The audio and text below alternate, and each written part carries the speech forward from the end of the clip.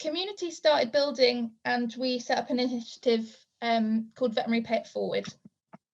So I didn't necessarily care about me, but I cared that someone the other end of the country might also be feeling that no one saw them, or they were having a rough time and no one recognised. And so what we started doing is sending very individual packages curated for what people liked, anonymously to any members of the veterinary community. So it didn't matter if they were vets, nurses, receptionists, practice managers, anybody.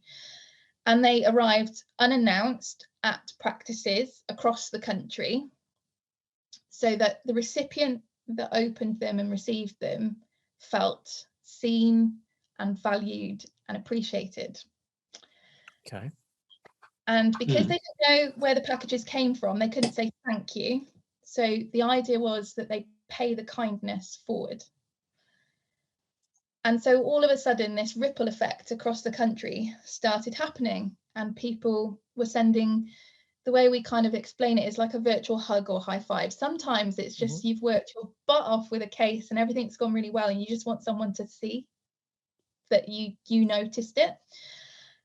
And one of the surprising things that I'd assumed it would be students that had felt unappreciated or unseen sometimes, but actually we got lots of nominations for people that were senior, so practice managers and clinical directors whose teams didn't know how to say, I see you, I appreciate you, without it feeling condescending or false.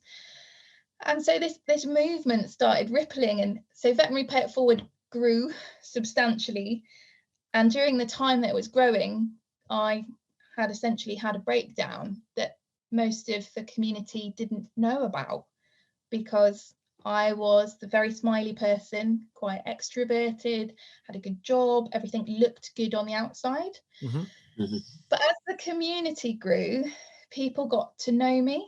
And so when I started this huge trip, they were completely rooting for me, because I'd been transparent, thinking, well, I'm starting to feel better, and the thought that someone else somewhere might still be feeling nothing, we need to talk about that.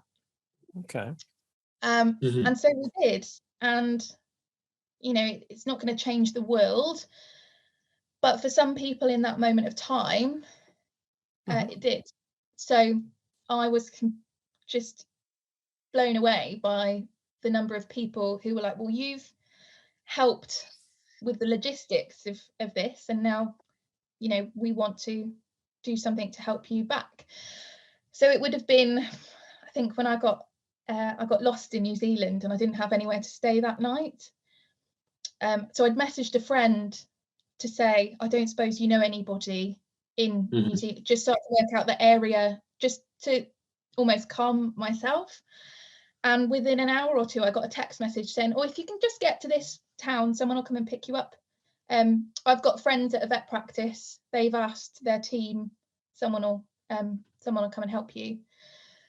And that's kind of a bit of a bolt out of the blue. It just makes you go, wow, how many professions and careers could you know that actually would be there for you? And there's just something really special about veterinary medicine, where we've got this big extended family who just kind of go, I get it, what can I do? How can I help? What do you need? And it's been amazing. So I've kind of embraced it ever since, because the connections we make are so important and we underappreciate them so often.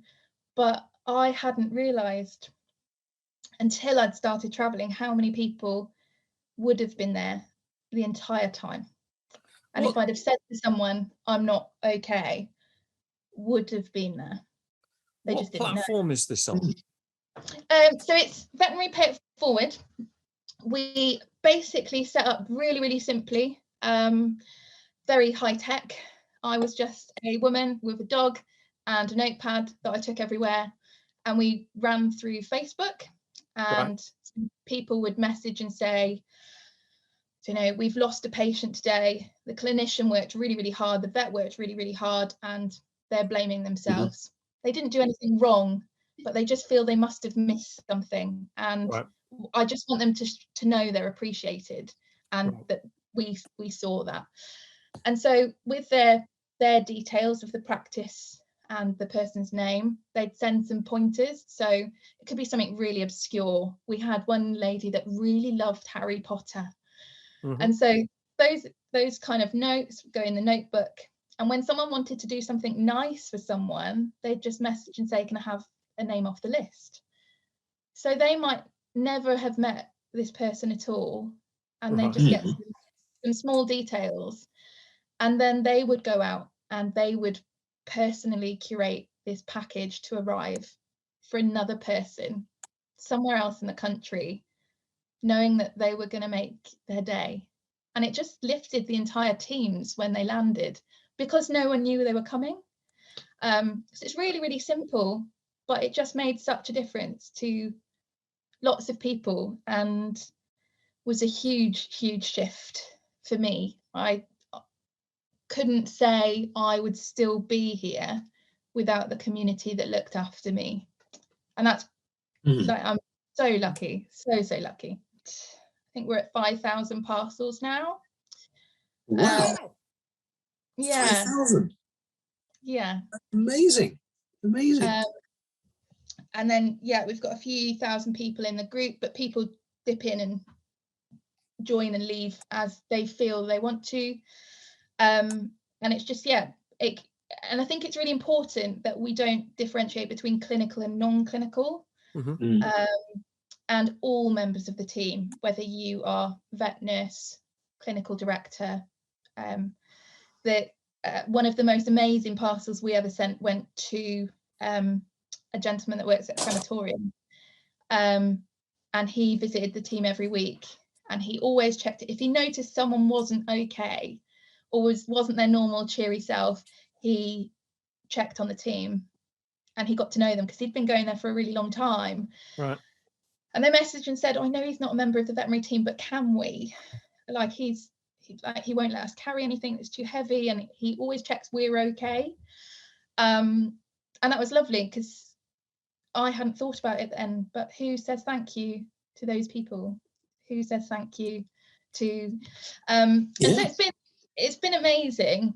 But it kind of brings home, and when you see some of the nominations that come through, the compassion in our profession is huge.